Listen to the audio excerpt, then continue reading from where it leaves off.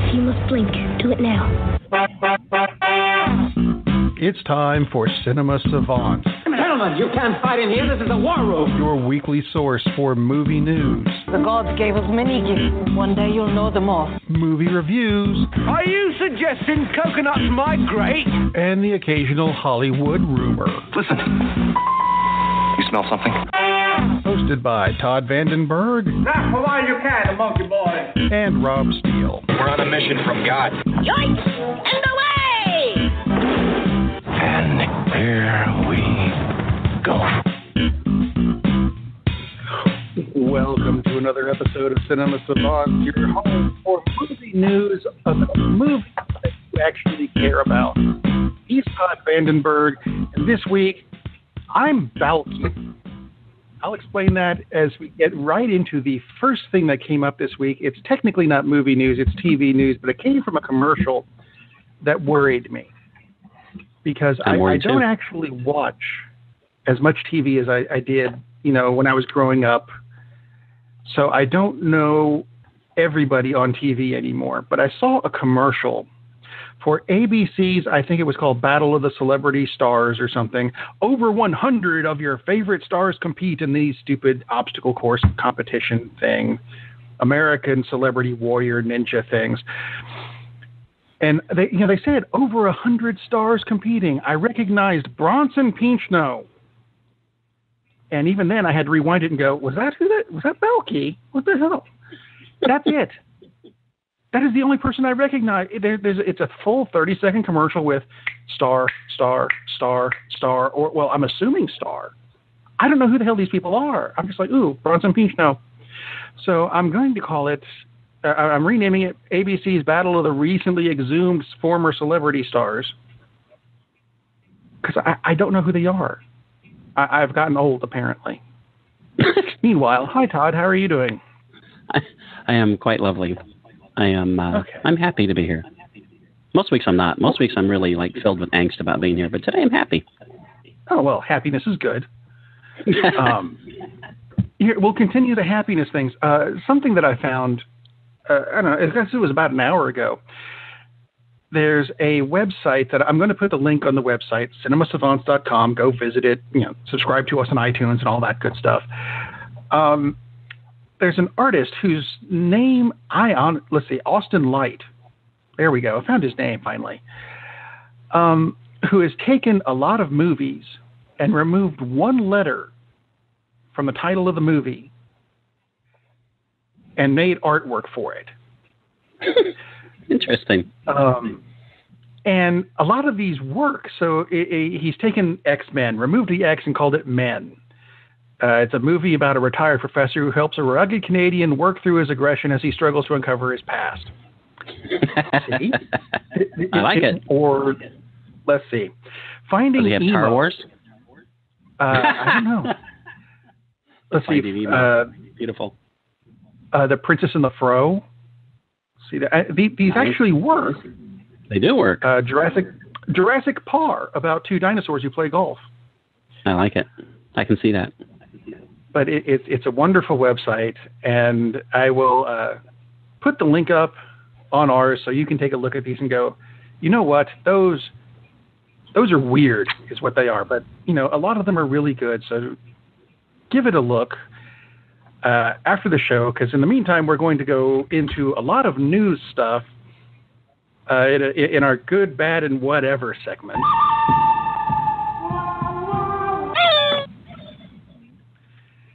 See, you wanted a squee last week. That's the best I can come up with. That's a pretty good squee. Thank you. I pulled it out of a My Little Pony trailer. No, that's very squeeful. Well, that's where you're going to get your squeeze from. We'll totally. And strangely, I do have My Little Pony news later in the show, but there's a reason. So just bear with us on that. But let's start the good news thing with something that I think a lot of people are really interested in, and I wasn't going to be until they announced another bit to it. Do you remember the movie Tremors? Very well. Great movie. A lot of people really liked the movie. I was kind of, it's a movie. But they're turning it in, not just turning it into a TV series. It's going to be on the Sci-Fi Network, but it is, in fact, going to be starring Kevin Bacon. Now, that's cool. That's when I said, okay, you got me. That was a funny character. I think it can be a workable thing. Because how often do you see movies get turned into TV shows, and none of the actors are the same, none of them even look the same, the storylines have been changed. This time they're going, let's try this. Put Kevin Bacon in it because he's not doing anything these days. I'm guessing. I demand Fred Ward. But Kevin Bacon, still alive? That's pretty damn cool. I don't know. I guess it's time to find out. I hope he is, because if he's not, he can't be in Tremors. How about Burt Ward? Burt Ward is still alive. Can we put him in? Burt Ward is still alive, but that is no substitute for Fred Ward. Okay. Oh, hang on a minute. Remo Williams. Yeah. Took me a minute. Oh, he was in as far as I know, True he's still Detective alive. a couple years ago. Rumored to be in the Tremors TV movie, which is in pre-production, which I am assuming is probably the pilot for the TV show, and that's just how, because they can't possibly be doing a series. Oh, and we're doing a TV movie too, and Fred Ward's going to be in one, and Kevin Bacon's the other. That makes no sense. So, rumors that he may actually be in this too. Oh my God, that's a major squee. Those you want me to play that characters. again? I'll take the squee out of that and just leave it for you to play whenever we need it. Yeah. You'll need it a lot when the news is good.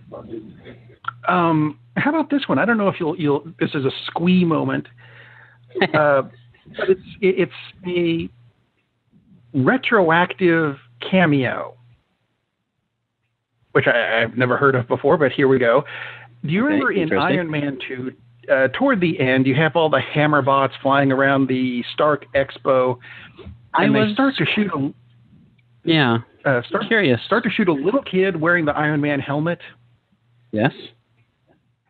Well, they have retroactively decided that little kid is Peter Parker. I like that. I wondered in your show notes, where does this come from? Spidey and Iron Man 2. Exactly. This will be interesting. That's awesome.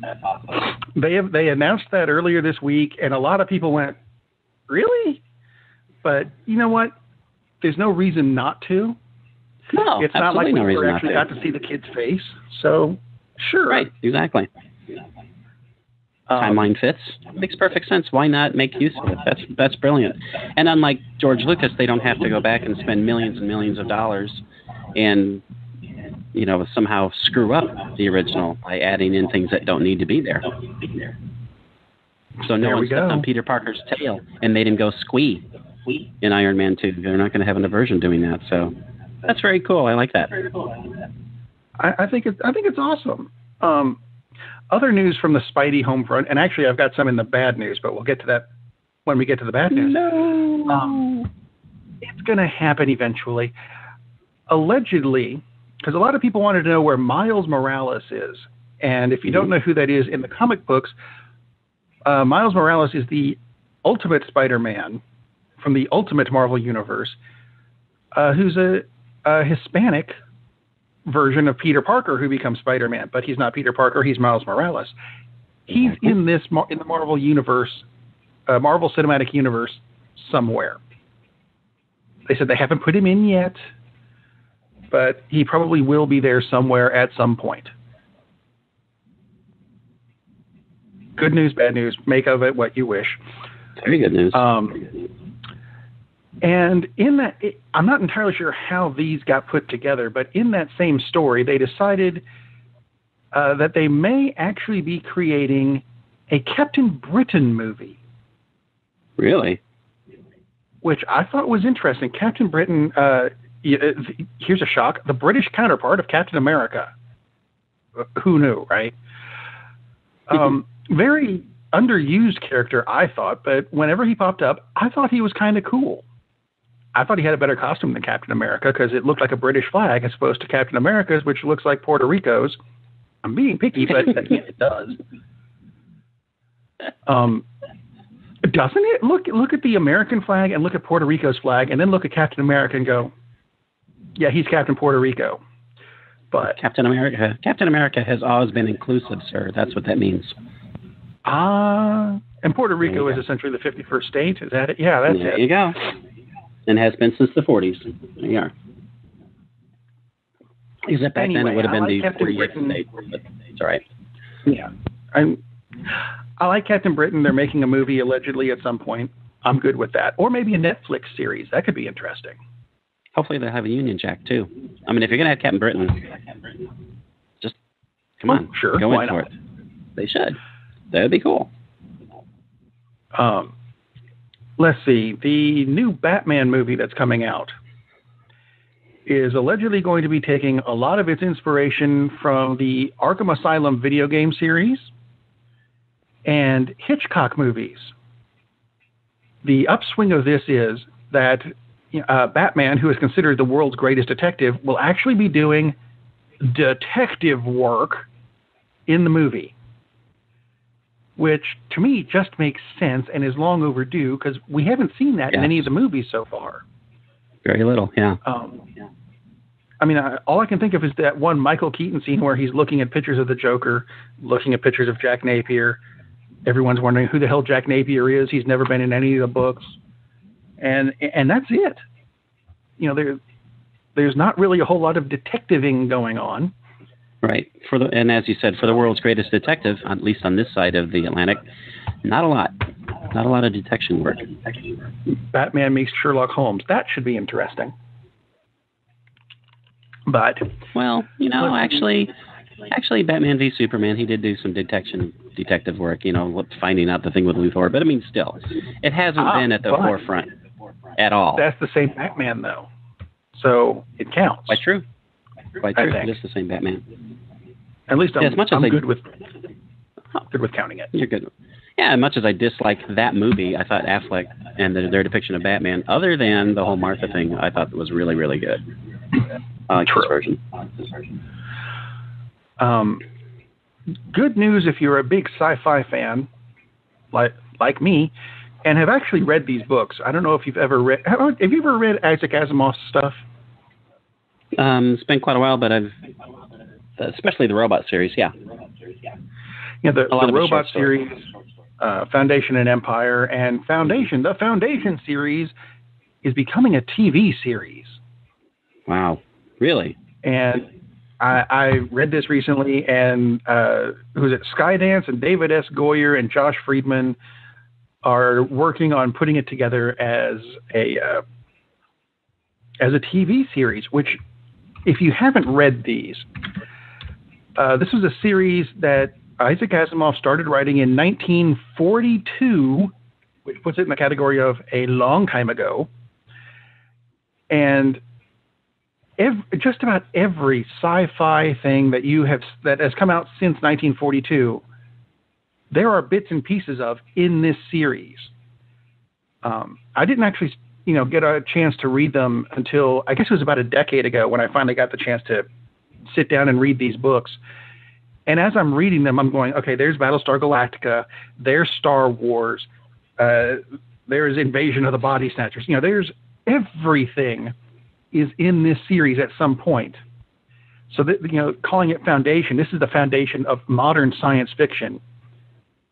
And it's an awesome series. And if it's coming to it as being made as a TV series, I am looking forward to this, provided they don't screw it up. Because if you screw it up, I'm going to be very unhappy. And it's kind of hard to tell with Goyer. I mean, he did the Batman trilogy. I mean, he's done a lot of really good stuff, but he also did Man of Steel, where the whole concept of no, don't be a hero, let those people die. That comes up a couple times. It's like that's not Superman, so that's the definition of screwing things up. So overall, I'm very hopeful, but the potential is there to make it idiotic. So keep your fingers crossed. Speaking of making things idiotic, they announced this week the reason that Chris Miller and Phil Lord were allegedly fired from doing the Han Solo movie. and I'm putting this in good news for a reason. The actors apparently went to the producers, bypassing the directors, and said, have you seen what they're doing to this movie? They're turning Han Solo into Ace Ventura. Ooh, that's not good. Oh, no. And the producers went, oh, no, you're not doing that. And that's why they were allegedly fired and brought in Ron Howard, which, good news, Ron Howard knows better than to take Han Solo and turn him into Ace Ventura, because that's just I don't know what they were thinking, but that's an absolutely asinine idea. Which again, this goes back to when we were talking about it last week, the whole concept of you need to know who you're working with. Why did you bring him into the project? And they brought into this project the people who did 22 Jump Street and the Lego Movie. Should they be surprised that they try to turn it into more of a comedy? They should not be surprised. And maybe they, in the meetings they said, listen, don't turn this into 22 Jump Street, and they ignored it and did it anyway. But yeah, then that's an excellent reason, because nobody wanted to see, well, actually, I think it would be fun to see Ace Ventura in space, but just not with the name Han Solo attached. No thanks. That's awful. Thinking, so, yeah, that's great news, if that's the reason. It might be the same category that the Ghost in the Shell thing. And this hit me, and I was trying to figure out how to work it into the show, and, oh, look, here's a place. Where they looked at it and went, Han Solo, oh, you mean Ace Ventura in space? And no, Ghost in the Shell, I'm thinking the director for that movie. They said, do you want to make an anime movie? He said, yes. I'd like to make Ghost in the Shell, and got there, and about halfway through production went, did I say Ghost in the Shell? I meant Akira. And so he turned it into an Akira movie using the Ghost in the Shell characters, which doesn't work, and that's why the movie flopped. Yeah. So it's good that they caught it before they got that far. No kidding. And good for the actors to just say, and I'm sure they had discussions, and the discussions apparently went nowhere, and they said, well, okay, this is not going to work. This is going to suck. And I don't want to be in a movie that people are going to hate, so yeah, good for them. Last bit of the definitively good news. If for some reason you have not seen any of the DC Universe animated movies, from you're a sad person. Flashpoint to Doomsday, the Dark Knight movies, Justice League Doom I thought was really good, or Batman versus Robin. Well, on November 7th of this year, or August 5th if you get it digitally, they're releasing a box set of all 30 films and 5 shorts. Wow. Which I'm thinking, that will require both hands. Mm-hmm. That's a big box set. Or if you just stream it, you're okay. But if you're going to download it, you might want to get one of those little handy terabit drives. Yep. Because I'm looking at the list of these movies, and there's, usually if you get a box set this size, you're going to go, half of these are crap. I'm looking at this list, and it's maybe 2 of them don't live up to the rest. Right. That's the thing. They're so consistent. And what would the price tag be on that happy little? There is not a price tag attached to it yet that I've been able to find. Oh, because you cannot afford it. It's not. And by you, I mean anybody. Yeah. Yeah. I mean, my God. $300. I'm saying that they'll go for $300, which would be a bargain. That would be $10 each. Yeah. Although the first person who put something in the discussion on the discussion part of this page put a picture of the Batman Forever credit card from the Hideous movie, which I think is a good segue into our not so good news this week, which I'm going to kick off with 20th Century Fox announcing 6 more Marvel-based movies over the what is it, in the next 5 years. And this does not include the New Mutants, Deadpool, and X-Men Dark Phoenix, which are all coming out next year. They've got dates in 2019, 2020, 2021, and no one really knows what these Marvel movies are going to be. There is speculation that Deadpool 3 is kind of a given already, I think. Right. They're allegedly working on an X-Force movie, which leaves 4 other films that they've said nothing about. But if their track record is any indication, that's, I guess with the exception of Deadpool, 5 movies that they're going to screw up. Because I have no faith in 20th Century Fox in making X movies. There's no... You've listened to the show before. Yeah. X2 I liked. I liked X2 a lot. Logan was pretty good. Could have been better. But overall, with the exception of Deadpool, they've there's this term called screwed the pooch. They have a lot of practice at it at Fox. Woof. Yeah. Woof is right. Speaking of pooch screwing, Sony has ownership of Spider-Man still. And Amy Pascal, who is allegedly in charge of the Sony-owned Spider-Man characters and the forthcoming Venom and Black Cat Silvermane movies, have announced this week that the Venom and Black and Silver movie are not part of the Marvel Cinematic Universe. This means, for the second time in about a month, we are going to banish someone from this show because you twits have waffled on this for months now. It's part of the universe. It's not part. It's going to be over here. It's not part of it. You know what? You guys can go sit next to Justice League Dark. Until you make up your damn minds and show me a trailer of what you're going to do with these movies, no more movie news will be reported about your stuff on this show. Because I'm tired of the waffling. Make up your damn minds and then get back to me.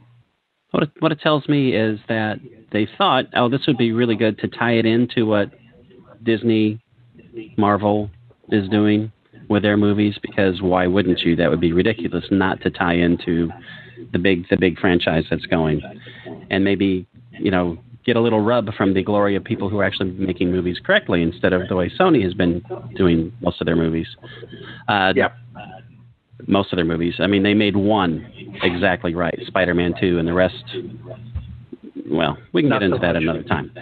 Anyway, and then they realized, we may have to give over some more creative control to do that because they're going to want us to do certain things in a certain way, and they decided not to, so now they're taking their ball.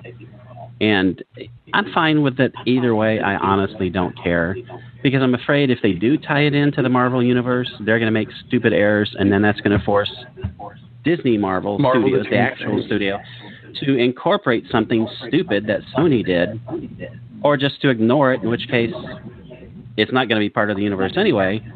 So, just go ahead and make your god-awful Venom movie, because it probably will be god-awful, because it depends on how much input they accept from Marvel. I mean, we don't know yet if Spider-Man Homecoming is going to be excellent, or it could be a piece of trash.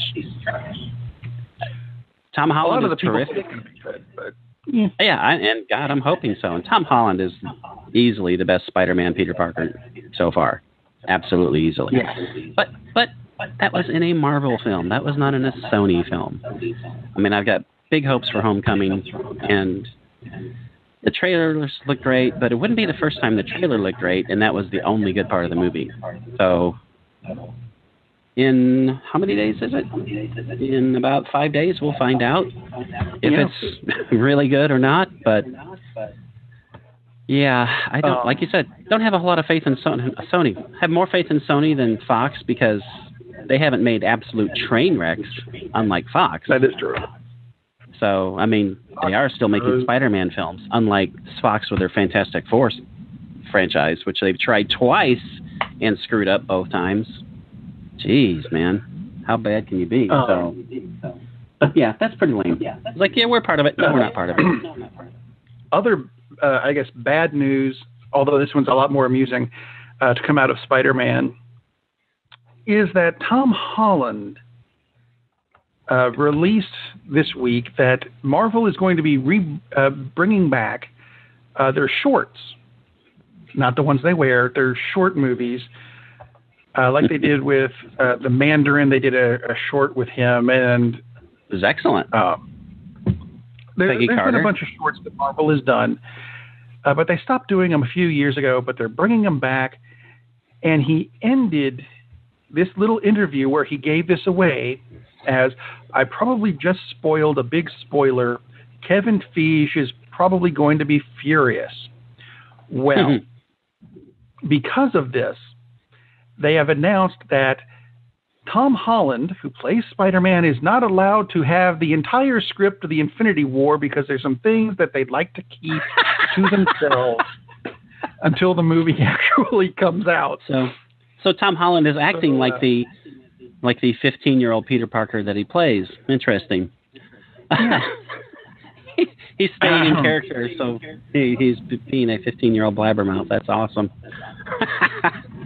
I think it works. Oh my gosh! So, there we go. How sad is that? No, you can't have the whole script. Nope. But no more. Does he need it? No, he just needs what he's doing. So, oh my god. Here's your line. Now go away. I wonder if they banned him from the set when he was not working, just to make sure he keeps his mouth shut. That would be really funny. I have no word on that yet. I'm just amused by you. No script for you, young man. Yeah, go away, Tom. You can't stay here. Wow. Now, somebody we mentioned last week as neither of us caring for, and this confused me. There's a movie called, and I'm going to mispronounce this, The Meyerowitz Story.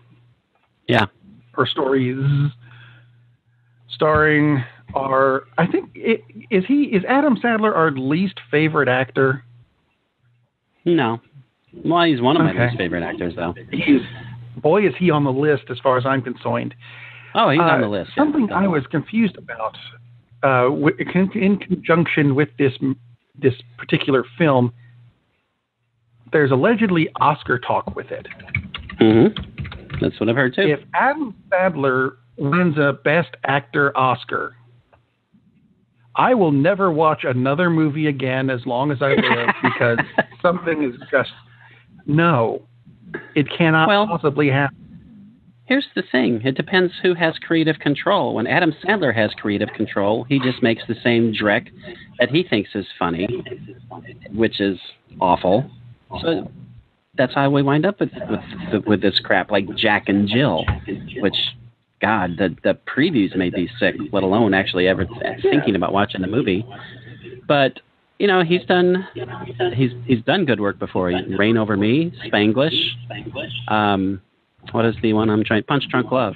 So he can actually act when he has adults in the room with him, and they tell him, no, you can't mug for the camera and do stupid voices. You actually have to play a character, which is not yourself when you were in the third grade.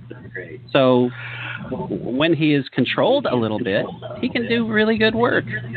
I hope that would be the case in this, because I'd like to see him do something other than mugging. Yes, your theory is? My theory is that the Oscar is actually for the people who came out of the theater watching it going, I liked it. They get the Best Actor Oscar. Could be it. That's my theory. That could be it. And they would be the people, and the nominees for Best Supporting Actor are the people who watched this movie.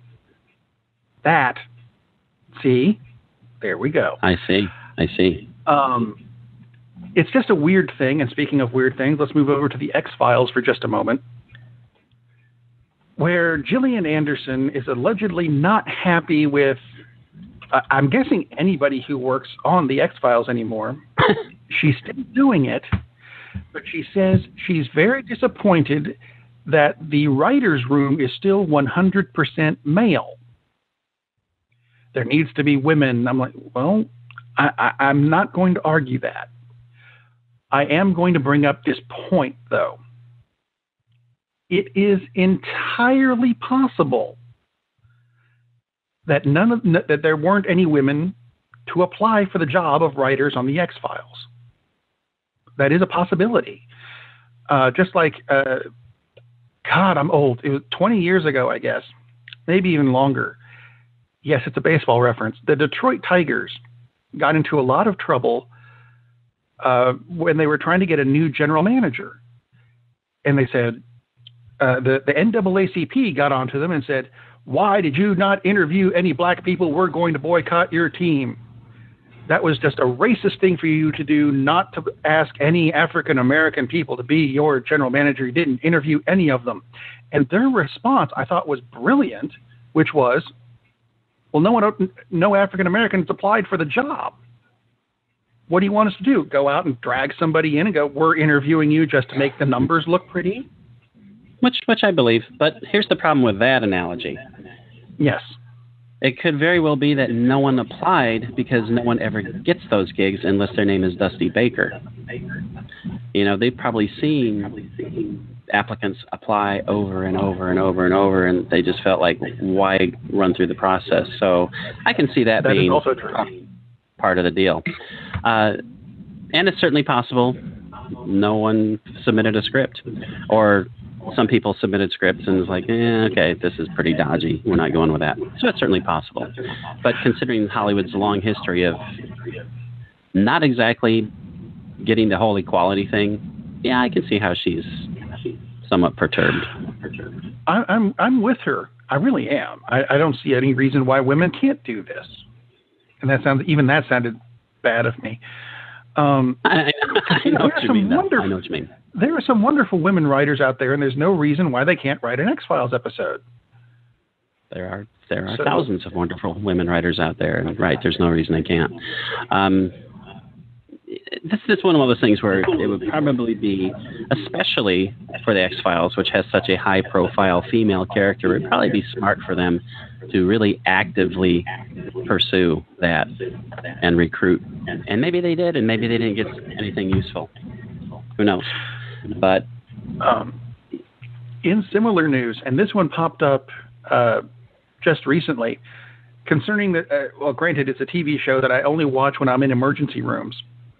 The new version of, which was only once, the new version of Hawaii Five-0 has just been renewed for its 8th season, although Daniel Day Kim and Grace Park have both said, we're not coming back until we get equal pay, because they're allegedly getting, 10 to 15% less than Dano and whatever the other character's name is.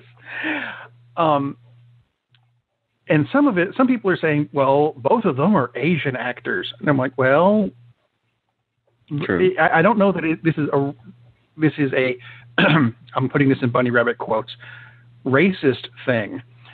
I think it might just be that their characters aren't the main characters, but at the same time, from what I've seen of this show, these two characters are a lot more interesting than the main ones. Pay them equally. Because if this was going to be a show that I would watch regularly, I'd watch it for them. I'm actually something of a fan of Daniel Day Kim since he was on Crusade, which was a show that was canceled way too soon. What do you got on this? What is your take, Todd? If they're not co-stars, I mean, supposedly they're. I have never seen the show, so it's hard for me to say exactly how much screen time they get, how important they are.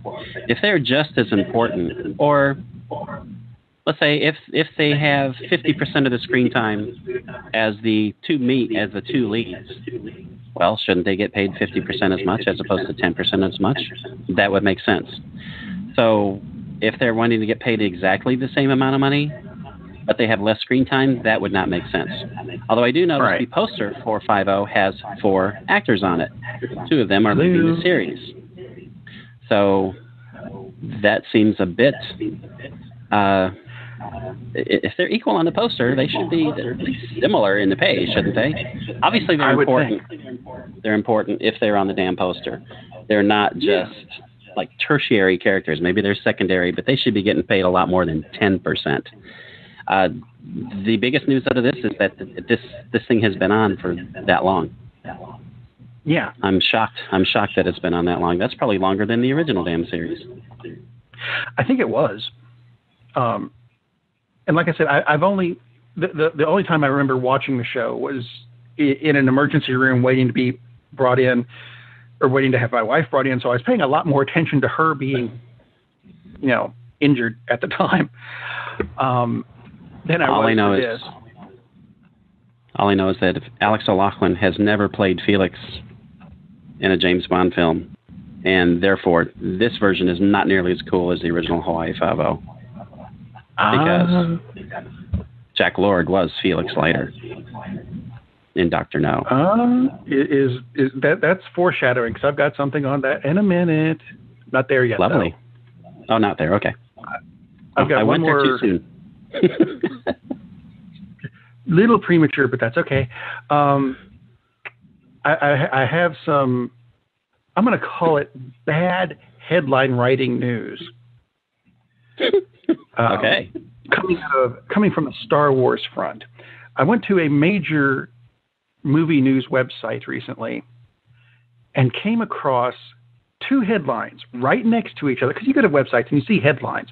These were next to each other. The first one is, why the second Last Jedi trailer is a long way off. But a more recent headline was, new Star Wars The Last Jedi trailer coming soon. You put them next to each other. What the? No. Other bad Star Wars news is there's a new series coming out, and this is going to sound like I'm bashing women again, and I am not. That Woman has basher. nothing to do with it. Woman basher. Disney is putting out a Woman 2 to basher. 3 minute short Star Wars film, or Star Wars animated bit on the female characters in Star Wars. I don't have a problem with that part. The problem I have with it is in these little trailers for these little shorts that they're doing, which are going to be canon in the Star Wars universe, they're not consistent with everything else that they've already done. There are parts with it that, if you are as familiar with this series as I am, because I've been watching it for 5,000 years, there's consistency errors. And if you've listened to the show to this point, we don't like consistency errors. No. That's the problem I have with it, not the women bit. I don't. And next we'll have the gender neutral characters have, I don't care. Whatever you want to do with it, do what you want, as long as you're consistent with everything else. End of rant. Moving on to the whatever news. There was a photo that came out this week showing the new Iron Man armor from the Infinity War movie. And the reason I'm putting this in the whatever news is it looks almost exactly the same as the armor that he's worn in the previous 5,000 movies Iron Man has been in. You mean this one is red and gold with a glowy bit in the circle and the glowy eyes? No, can't be. Well, sometimes I'm it's guessing not a circle. the neckline is a bit more plunging in this version. I don't know. Sometimes it's it not looks a circle. The same. Sometimes it's a trapezoid. Oh, yeah, Iron bite Man. me. It looks the same. It is funny that it's like, oh, we have to have some news, so look, there's a photo. He's got new armor. It's like, really? He has new armor within most of the films. So it's not like, oh, let's wait for this.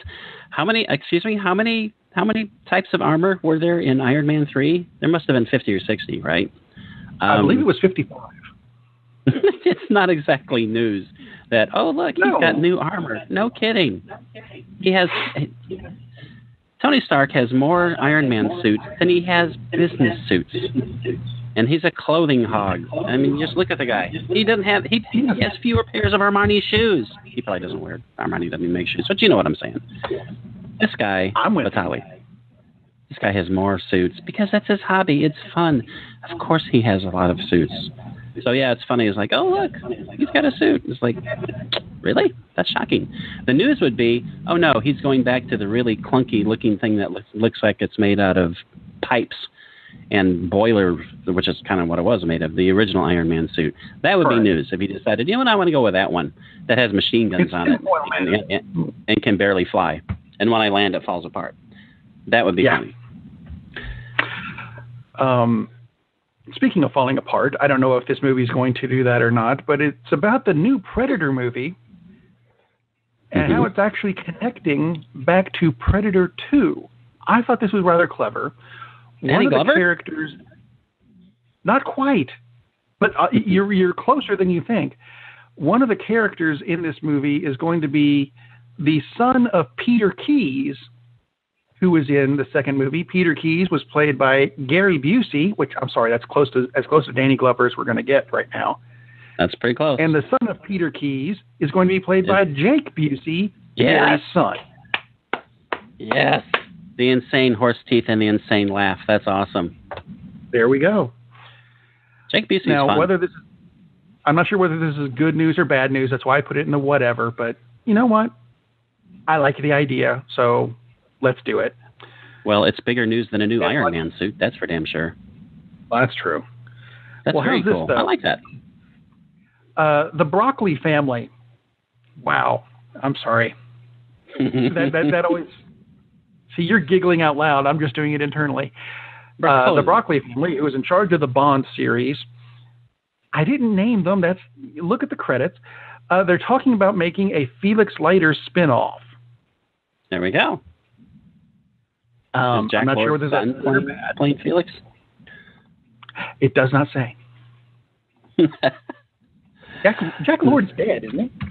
I believe he is. That's why it would have to be his son. Actually, if they... That seems rather odd, but if they're going to do a Felix Leiter, I hope they have Jeffrey Wright play him. Because Jeffrey Wright is really cool, and he was a very cool Felix Leiter. I would really like that. That I would go see. I mean, to be honest, I might go see it regardless of who's playing it, but he's already established as the character. He's been into the new films, so why the hell would you not use him? I don't know. Cool. I like that. That would be slick. More into movies, I suppose, that are on their way out. There were some interesting trailers that came out this week. I think the one that made the biggest headlines was the new Jumanji movie. Although, I watched that trailer, and I have to say that a trailer that came out this week that I think is better is the one for the new My Little Pony movie. Because, scarily enough, I'm going to probably have to see the My Little Pony movie because I have 3 girls in my house. Mm. You are going so to I see watched it. the trailer. I watch movies, so you don't have to. The trailer actually had some good one-liners in it. The Jumanji trailer, did you see it? I wasn't that impressed with it. I have not seen the Jumanji trailer. I've not seen it. The premise is no longer... oh, they're playing a board game. The board game comes into the real world. No, it's basically the Breakfast Club. Ew. It's a new Breakfast Club of 4 kids that you're never going to see again in any other movie, maybe, are tasked with going out and cleaning the basement. Well, they find a video game that they get sucked into. Oh, so now it's Tron. Mm. But when they get into the video game, they're different people. So the nerd guy becomes The Rock. The Velma-looking girl becomes Gillian Anderson. The football player becomes Kevin Hart. And the cheerleader, who is just too snobby to play with anyone else, becomes Jack Black. That is the most interesting part of this movie. Yeah, Jack Black becomes the transgender cheerleader girl. The rest of it is kind of really... I don't know. I'm just not impressed with it. It doesn't. Jack Black. We'll have more on that one. Yeah, Jack Black. Yeah. That's absolutely the most interesting part. Probably it's going to be so over the top though that it won't really be interesting. It'll be a couple funny jokes that they'll do for 2 hours instead of what they really could do. And I'm not saying they should make some social statement or something, but Jack Black is really good when he's given material to work with. So I picture they'll just make some stupid knockoff jokes, and he'll look inside his pants about 8 times, and he'll talk about, a new toy or whatever the hell he's going to say. It's going to be something obvious and stupid, and it'll happen a lot instead of what they could do with it, which would be really, really cool. They could do a lot with that and keep it family friendly and all the rest of it, but probably not going to happen. Probably not. No, it's going to be a series. It's 27 Jump Street. Or whatever. The trailers that did interest me this week came from the forthcoming Inhumans TV series. That was the first one. The trailer came out for that, and apart from Medusa's hair, which is something we talked about before and how it's not as animated as it should be, the rest of it looked really good. So I'm good. There is hope.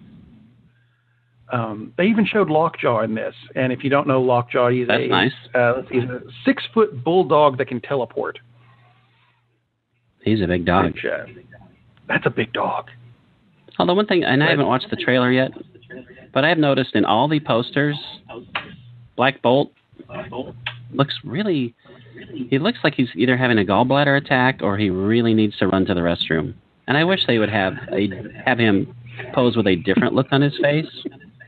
I get it. You're stern. Yeah, we understand. Do you need to look like that for every freaking picture? Like, change it up a little, please. I think a lot of it is him, if the trailer is any indication, him wanting to talk. But for those of you who don't know Black Bolt, the character, if he has a sonic scream, that is his power, but he has no control over it. Right. So even if he whispers at somebody, their heads will explode.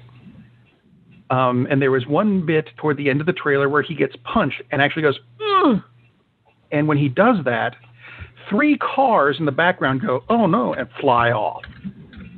Which is cool. So I think they're getting that part right. I like that. Yeah, well, they had to done. do that. They had to do that. But the trailer that looked the best this week, and those are 3 fairly big movies because the Inhumans is coming out of Marvel. Jumanji, the big name with The Rock and Jack Black and everybody, and My Little Pony is huge with kids. But I think the best trailer that came out this week was for a film called The Foreigner. No, it has nothing to do with the band that I know of. It's basically Jackie Chan versus Pierce Brosnan in this movie. That's fun. And I'm just going to say, watch this trailer. You may have to look for it a bit because I haven't found it as much as I would think. This looks like it's going to be a really good movie. This is probably the sleeper movie of the year that we have the trailer for now. I'm looking forward to this. It's going to be really good. I hope so. I saw a trailer for a film called The American Assassin, and this comes out in September. And the premise is they find some guy who he wants to go undercover and take out terrorist organizations from the inside. So he's an American assassin, a counterterrorism expert. The cool thing is Michael Keaton is like the co-star, and he plays the leader of this clandestine group. And just from the trailer, Michael Keaton is playing a badass, and you don't get to see that often. And you may think, Michael Keaton is a badass? It's like, Michael Keaton can definitely play a badass. And I'm not talking about necessarily physically, although he is in the trailer as well, but he's so intense. I mean, if it's been a while since you've seen Michael Keaton in a drama, find Clean and Sober, which is, gosh, that's about almost 30 years old now. But, man, what a performance. Michael Keaton is a great freaking actor, and people tend to forget that because he's such a funny actor. We tend to think more of his comedies and stuff, but he's an awesome actor. And this movie looks really, really good. Great action. And the lead looks good, but just the fact that it's Michael Keaton makes me very happy. So there are a lot of good things coming up, a lot of good movies coming up, which is a good thing. Finally, yes. We've had a bunch of crap movies. We've had a drought. Although, this week alone, I have seen 3 really good films, which made me very happy, because it has been kind of iffy here and there. What have we got? We got one is actually on Netflix, and it was released theatrically, but it's a Netflix production. It's called Okja, from Bong Joon-ho. He's a Korean filmmaker. He's the guy who directed Snowpiercer for the geeks, if they know Snowpiercer, which is, most people that saw Snowpiercer loved it. I thought it was good. I didn't think it was awesome, but most people really love it. And The Host, and no, it's not the awful Stephanie Meyer teen, young, adult, angst, vampire BS movie. It's a monster movie, which is also pretty funny. Let's go watch those. But Okja is excellent. The premise is a company creates genetically engineers, although they lie and say they just happen to find this thing in nature. It's like a super pig, a giant pig, but they found it in nature, and they're breeding, and they managed to breed more, and this will help solve hunger problems, and it tastes wonderful. And remember, it's not genetically engineered, except of course it is. And they put out 26 of these super pigs all over the world for farmers to raise independently, naturally, blah, blah, blah. And then they're going to have a contest 10 years later. And it's about this young girl whose grandfather, he's the farmer of Okja, one of the super pigs. And she, of course, grows too attached to it because it's a pet. And things go wrong from there because it's a pig and it's going to get slaughtered. And that's the whole point of this. And everything is genetically engineered. And this animal rights group comes to save Okja. And then it turns out maybe they're not really going to do that. It's got an excellent cast. Tilda Swinton's in it as the CEO of the company. Jake Gyllenhaal is... It's hard to describe his performance, except he's like borderline. No, he's not borderline. He is insane in this movie. He plays this TV show biologist, as we've seen several of those shows, and he's so over the top and nuts. He's kind of unrecognizable as Jake Gyllenhaal because he's so weird, but he's really, really fun. It's got Giancarlo Esposito, who is a very underutilized actor. If you've seen Breaking Bad, you've seen Giancarlo Esposito. He's a great actor. Paul Dano, Stephen Yeun, Glenn from The Walking Dead. The young actress, she's 13, and I'm going to butcher her name, An Seo-hyun, and Seohyun. She is awesome. She is terrific in this movie, and the effects look great because obviously we don't have pigs that are about the size, actually larger than hippos. So the special effects are awesome in this movie, and it's a really, really cool, touching, heartfelt movie that has a lot of action, and it's about the whole concept of, gee, should we be just slaughtering animals, just to turn them into bacon and stuff like that. Although I will say, the first thing I ate after watching Okja, no kidding, was a ham sandwich. So there you are. Did you have a side of Kevin Bacon with that? I should have. Crispy.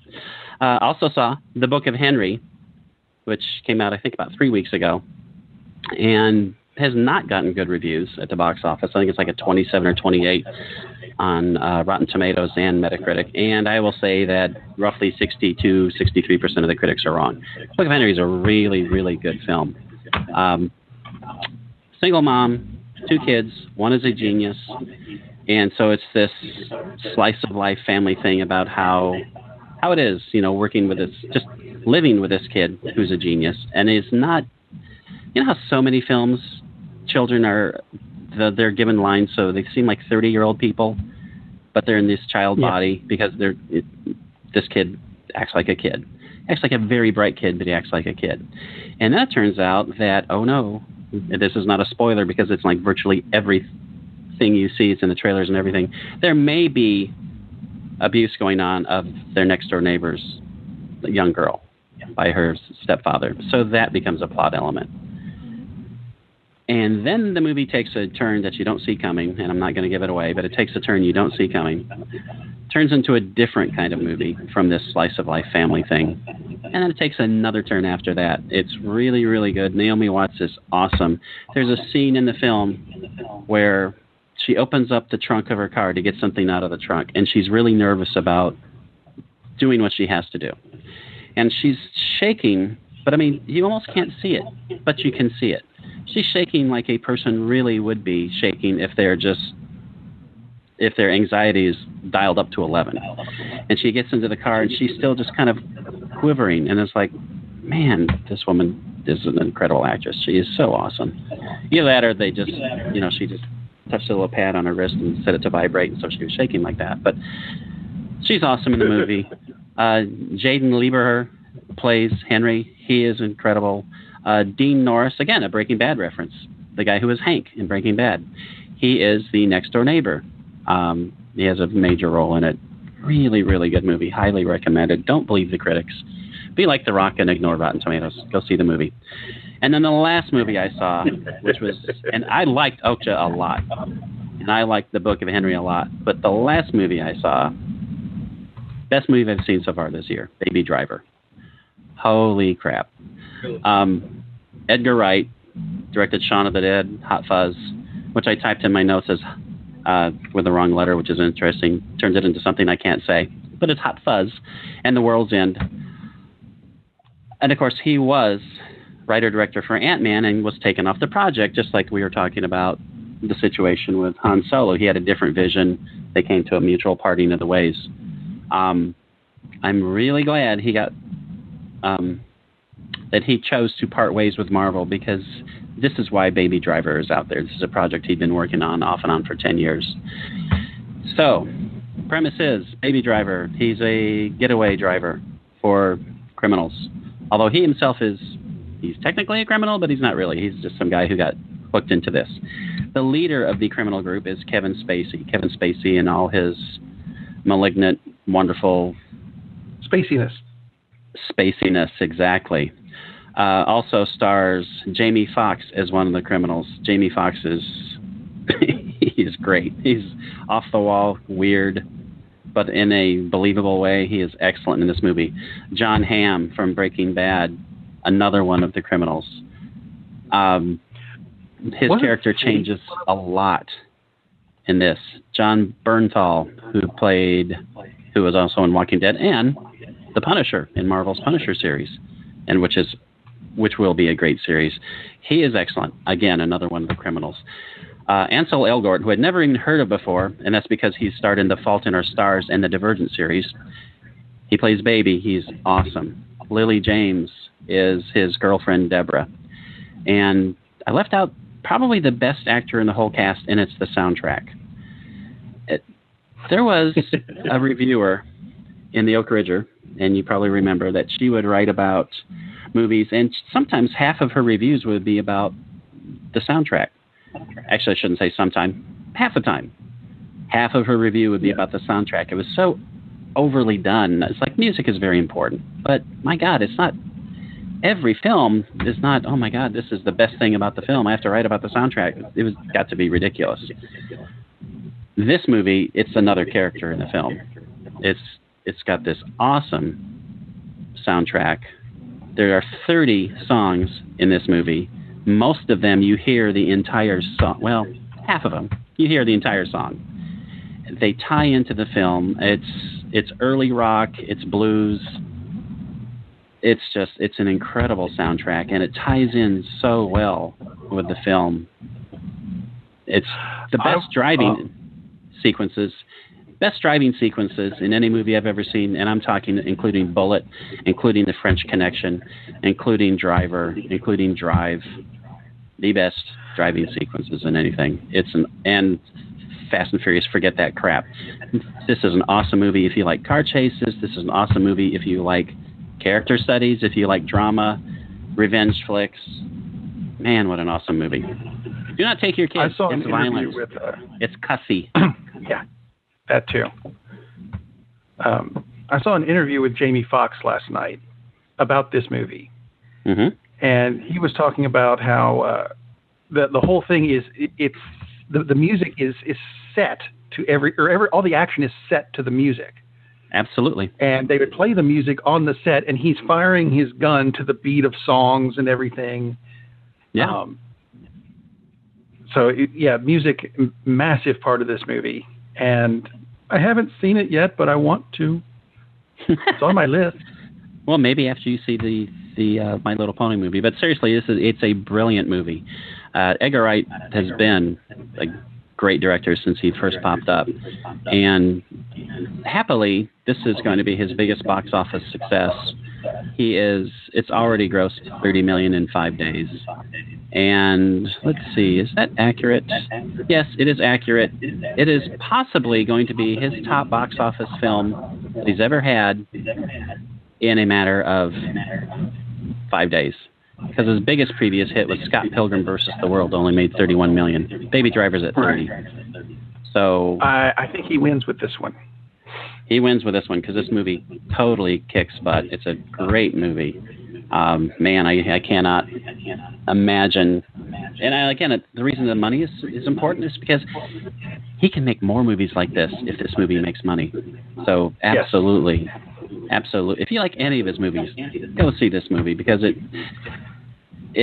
you can see how it fits in. It's not part of the Cornetto trilogy, but it certainly fits into that world, especially the Hot Fuzz thing. So, man, what a good movie this is. Definitely. I mean, I would probably go see it again tonight, and I may actually do that, except I have other things to do. But go see Baby Driver. Can I bring it full circle for you? Yes. I just looked this up on IMDb. And in that section, people who liked this also liked. The first movie listed on my screen is Okja. Yeah, which is really odd. I don't really get that connection. I get Shaun and the World and Hot Fuzz and Scott Pilgrim because those are all his films. But I'm not sure why Okja pops up with this because they're not really similar films. They don't exactly go together. No, they don't go together. But I guess maybe if you like really, really good movies, you'll like this other really, really good movie. So you definitely want to go see it. Baby Driver is a getaway driver running from the police. The police are sometimes called pigs, and Okja is about genetically enhanced pigs. There we go. There's our really long and convoluted link. There you go. Absolutely. That works. Best I can do that's funny. Short notice. The first user review on IMDb pops up. There are 2 great songs from the 70s used here in the movie. There's about 30 great songs in this movie. I would say there aren't 2. I mean, the review it's a well-written review. It's just funny that, there's 2. Like, you might say 2 of the great songs are some of my favorites, but no, there are a lot of great songs in that. I mean, and for the most part, there's songs that you've rarely heard, which is another cool thing about it. I mean, it's just... And again, acting is cool, directing is cool, great script. I mean, man, what a cool movie. Go see Baby Driver. I'm looking at the soundtrack and wow. Yes, this has got some really awesome stuff to it. Yes, it does. It's absolutely beautiful. And well, no, I don't want to give it away. It's not like a big deal, but I mean, they play a quite appropriate song at the end credits. I'll just say that. So, yeah. Teaser. Teaser. There you go. You got to be there for it. Also, another interesting thing. Some of the bigger hits that are in it, like Tequila, not the version that you know of.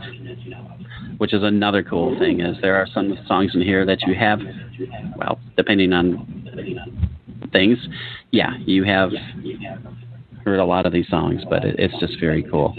And besides, listen, when you go from Radar Love to Never Never Gonna Give You Up, back to back, it's a good playlist. Yes. So, yes, go see movies because they're good for you. And if you see movies, we don't have to. No, wait a minute, that's not how it works. Other way, reverse that. How's this? It's July. They've got air conditioning in the theater. Ooh, how's that? Good point. Yeah. See. So I'm looking at a clock and also thinking I've run out of stuff. Ooh, no, wait. There was the contest thing I wanted to bring up real quick. Bring it. And we're going to, it's not exactly a contest. We don't have prizes. We just want to get your opinions on this. We are trying to figure out the best single line in movie history. Now, a single line, only one character says it, and it has to be, something you'll recognize outside the movie. Yes. Like, of all the bars on the planet and Earth, and she walked into mine, or whatever that line is. See, to me, that's not going to be on the list because I can't even remember it. But, just to put it in perspective, single line things that only one character say. So like in the Justice League trailer where you have Flash and Batman in the car, and Flash goes, "What's your power anyway?" And Batman goes, "I'm rich." It's a great line, but it doesn't work if you just go with "I'm rich," because that's exactly just one person.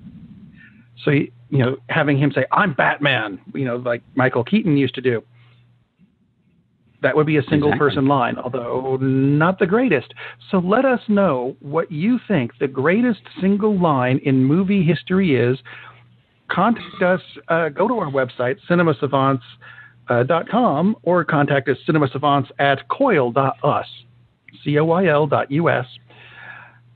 Email us. Let us know. We are curious. We'll put this together as a list, and then we'll go, take the top however many we get, and we'll do a vote.